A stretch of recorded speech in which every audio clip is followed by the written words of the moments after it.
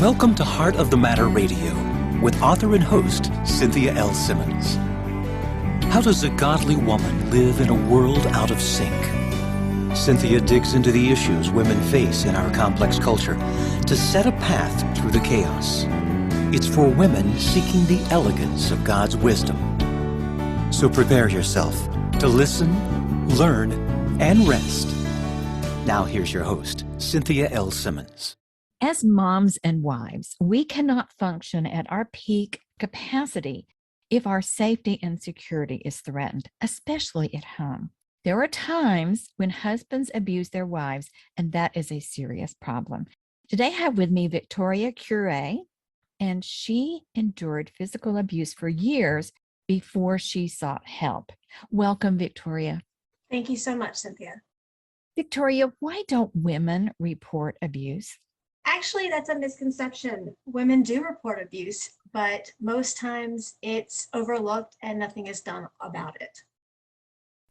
That is something I did not know. Did you report to the authorities?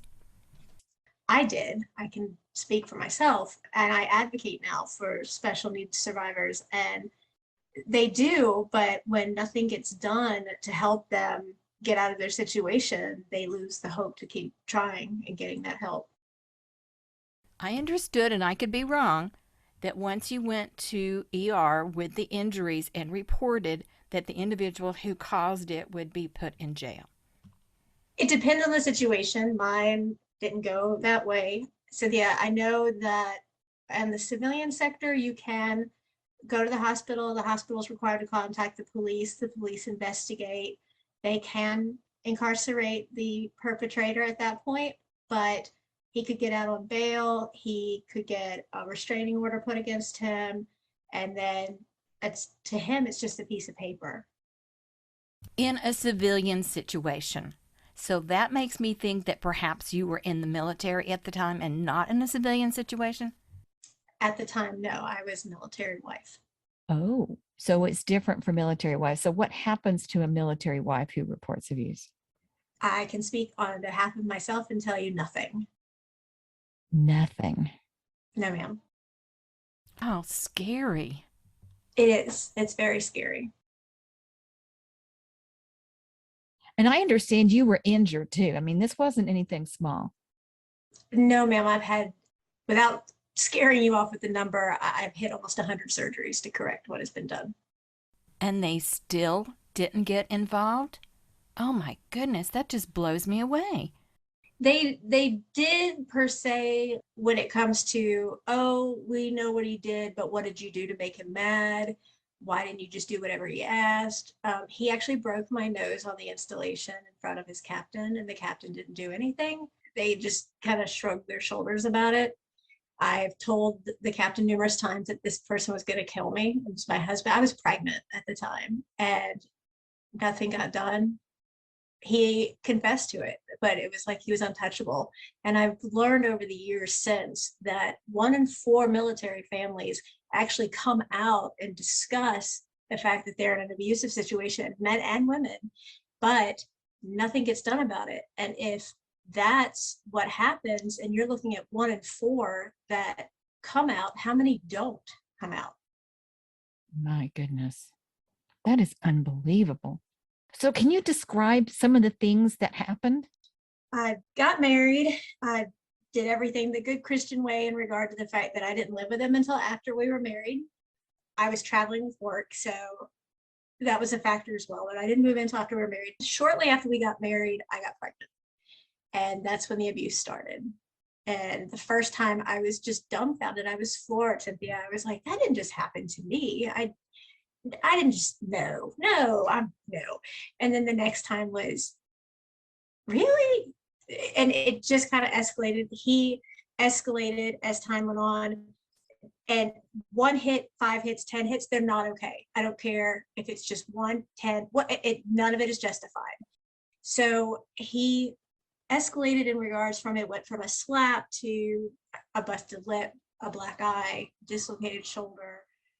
Both of my jaws have been bilaterally replaced. So I just got 26 pieces of titanium put in my face. So I've had to learn to eat all over again. I have to wear hearing aids because he ruptured my eardrum so badly. I became completely deaf in one side and 90% in the other side. So I will be honest with you, Cynthia, I made a deal with the devil. I told him that as long as he wouldn't hit my stomach, I wouldn't fight him back physically, because all I ever wanted was to be a mom. And I knew my purpose here was to be a mom, and that I would know later more of why, but I always knew in my heart I was meant to be a mother. So I made a deal with him. And I know a lot of times people on the outside say, why didn't you leave? You know, why didn't you do anything? Well, the honest truth is that if someone hasn't walked our journey and been in our shoes, they really shouldn't say that to us, because that's just hurtful, because they don't know. You know, he shot our dog to show me what he would do if I left, and it killed our dog. So those are the kind of things that's really kind of hard to deal with when, you know, you're asleep and you get woken up where your husband is over you, punching you in the face to wake you up to go get him some water. And that was the life I was living. And it was terrifying, Cynthia. It really was. I literally thought I'm going to die at this man's hands. And I kept asking for help, and I just got turned away like it was not a big deal.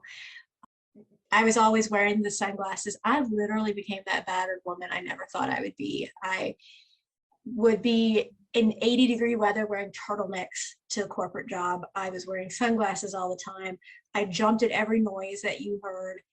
I never would look anybody in the eye. I was always looking down. It was such a controlling situation that it was my faith and prayer that kept me here. There's not a doubt in my mind, because the doctors even said they gave me a 2% chance of survival the last time I was put in the ICU. That is horrible. Did he use guilt? Absolutely. Why did you make me do this? If you had just done what I asked you to do, then I wouldn't have had to do this. This is your fault. And you get to the point you believe it. You start to believe that it's your fault. I did. I started believing it. If I put too many cucumbers in his salad, I would get hit. If I was home 1 minute later than I was supposed to because I caught a red light, I would get hit.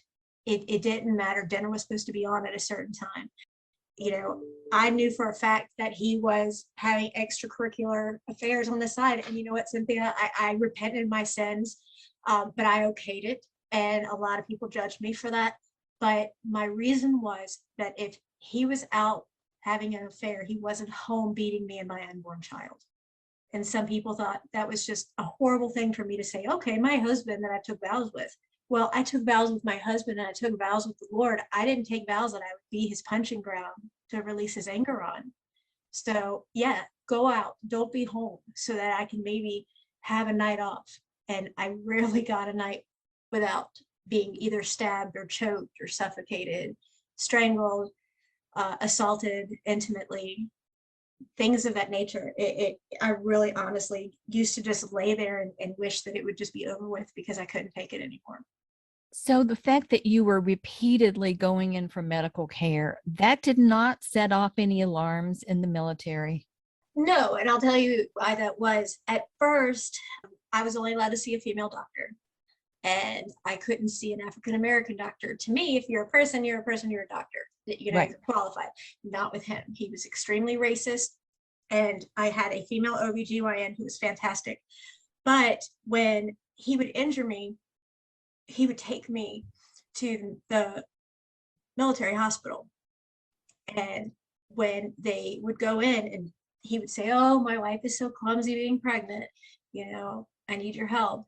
And they would just do it. They'd fix me. And I said, hey, don't I need to fill out some paperwork, you know? And he's like, she really shouldn't speak, you know, she should know her place. And I had over 300 stitches put in just in my arm from where he stabbed me and drug me through the house. And damned you. And he said that you fell?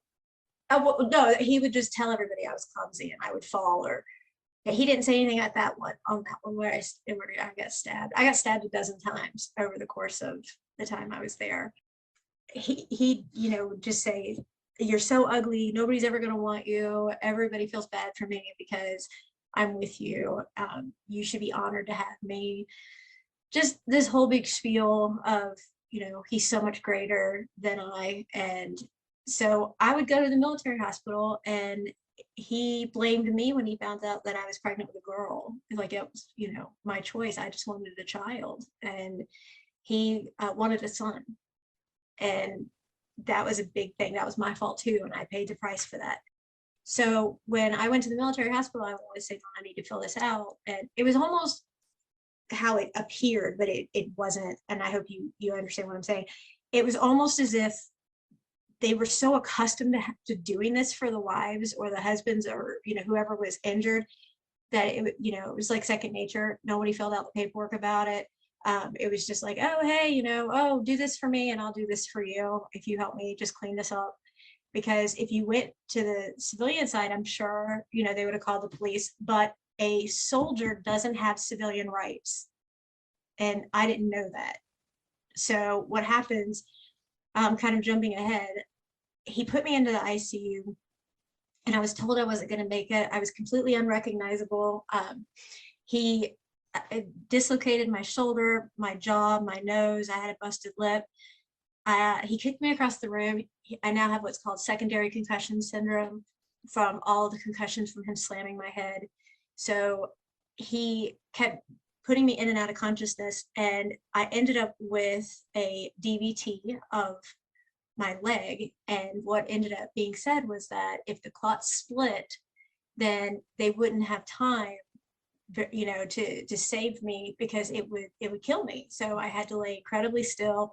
They even talked about amputation. It had to get to it because they couldn't put in a filter because of the fact that I was pregnant. And the filter, they go in through your stomach. Mm-hmm. So I couldn't get a filter. So, and they couldn't give me Coumadin because I was pregnant. Right. So I was getting heparin and Lobenox injections off and on. They would do a heparin and then a Lobenox. And they said, you cannot move. And I was in preterm labor, and I was there for weeks, and I couldn't go anywhere. And I didn't, I was so petrified if I moved an inch that it would bring my daughter early. And so they ended up doing an emergency C-section. We both coded during the delivery. I was completely put under, and they life flighted her. And I had told his command that he was going to kill me before this. Now, I owned my actions, Cynthia. I admit my faults. And when his command came to see me, I yelled. I did. I yelled. I screamed. I don't know anyone who would blame me for it. I did. I absolutely screamed and yelled at them. I said, this is just as much your fault. I begged you to protect me. You didn't. Now I'm protecting my daughter. We're both trying not to die. And I mean, I was unrecognizable. I mean, my jaw it was awful. And they just looked at me like, what did you do wrong? That was the mentality of it. And so I was just mortified at the fact. And I did say to them, I said, I don't understand. The military is supposed to protect the United States citizens. And if you're supposed to do that, how come you won't even do it on your own soil? And I said, you're not protecting us. You're not. He's going to kill me. And you guys act like it's not a big deal. So they didn't do anything. After I got out of the hospital, I stayed by my daughter's side.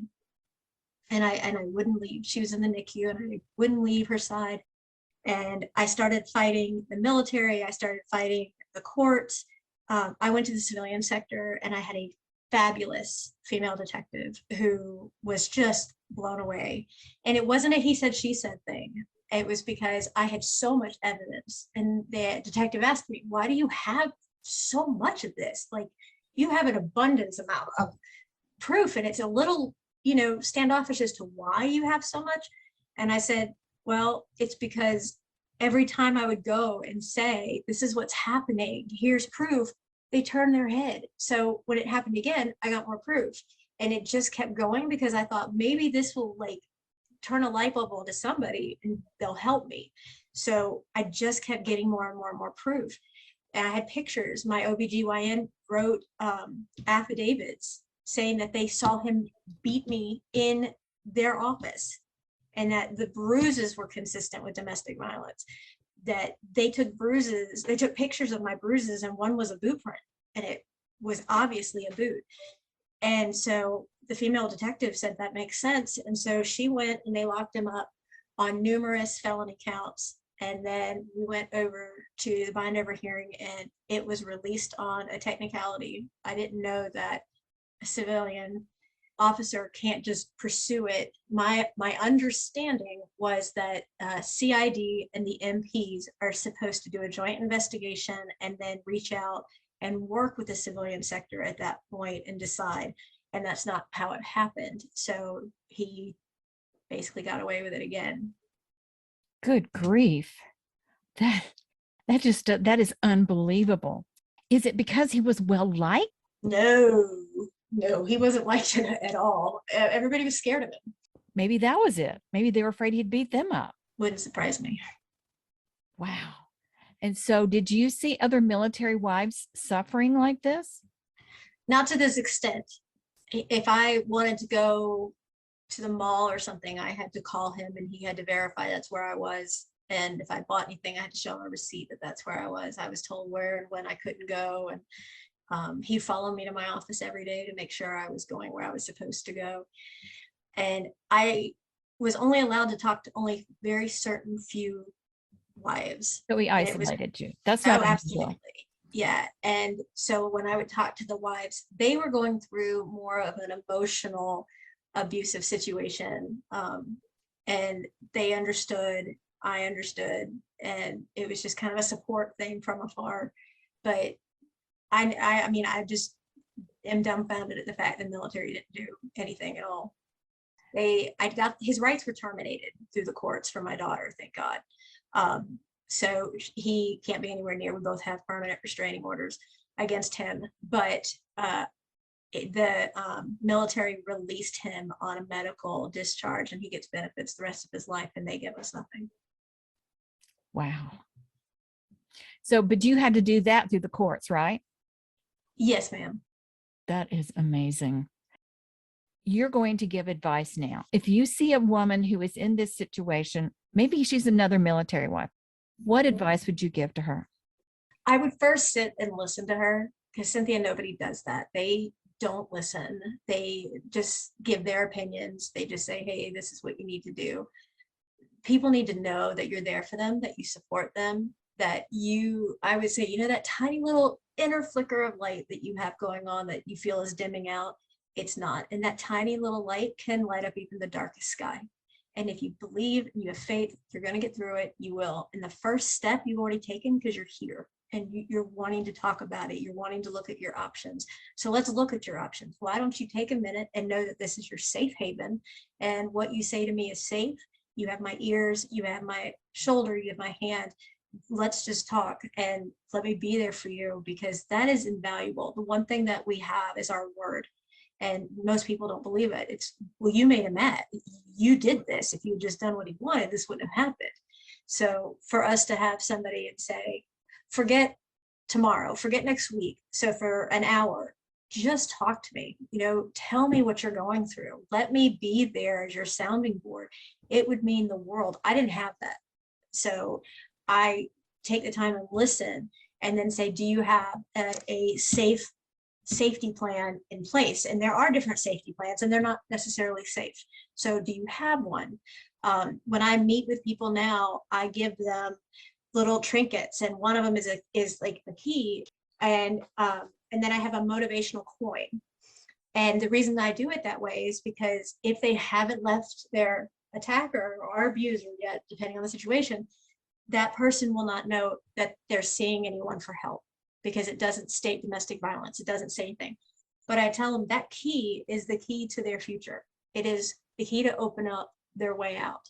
And it is a key to remind them that it's very important, just like they are, to get out and start your new life. And the coin for motivation is just to remind them that they're not alone, that they have someone who will listen and will talk to them and be there for them, because that's so important. When you feel like you have no one, I think that's a lot of reason some people stay too, is they feel like they're never going to be worth anything. So why not just stay? That's probably what they deserve. I mean, that's how I felt. Well, I understand that isolation is one of their tactics. They want to make sure that you have no one you can turn to. They want to move you to a place where your family's not too far away to be able to impact you, and that you make no friends, because that's one way that they control you. So that means that a person who is in a situation like this has to figure out how to get out and find somebody that she can trust and talk. Yes. So is that hard to do? It is. Like I said, I didn't have anyone. That made it quite challenging. I had my faith and I had my prayers, and that's basically all I lived with for the whole period. I did not make our 1 year anniversary. I was gone by then. And I literally just prayed and prayed, and I felt almost like I took my Father and Savior away from everyone for so long, because I just kept talking to him and talking to him and talking to him, asking for guidance. And my daughter is named Faith because that's what kept us here. And it's literally just 24/7. He was my lifeline. That's all I did was talk and talk and talk and pray and pray. And that's what I had. I'm trying to make it easier for people to come and talk, and I'd be there for them and listen. I have a platform that I use. I have a Facebook group that I use, and I've just started a website that I use now where they can find me. And I have some others that are helping too, so that they can come and talk in a safe place, and I can help them with certain things and how to get out and survive. Now, I really believe that I am here to advocate and help these women and help the special needs community and help the domestic violence community. So that is what I am trying to do now, is to help others. Victoria, that is highly commendable. I really think this is exactly what the Lord wants us to do. When we go through hard times, if we can use what we learn to help other people, that is wonderful. You can find Victoria at acontagiousmile.com. She also has a Facebook page called A Contagious Smile. She used those words on purpose in case someone comes behind you on your history, try to see where you've been. It's protection for you so that that person does not know where you've been on the internet, because they do watch you. I am your hostess, Cynthia L. Simmons. You can find me at clsimmons.com. I write historical fiction mysteries, and I write Bible studies that go along with them that are free to download.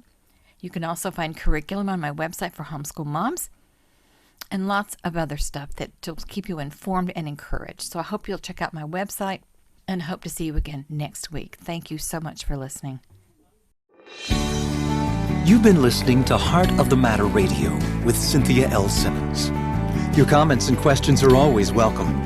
Contact us at cynthia@clsimmons.com. We'd love to hear from you, whether you're an author, young mom, a mother of teens, a homeschool mother, or an empty nester. Join us next time as Cynthia once again sets a path to grow in wisdom and a closer walk with the Savior, here on Heart of the Matter Radio.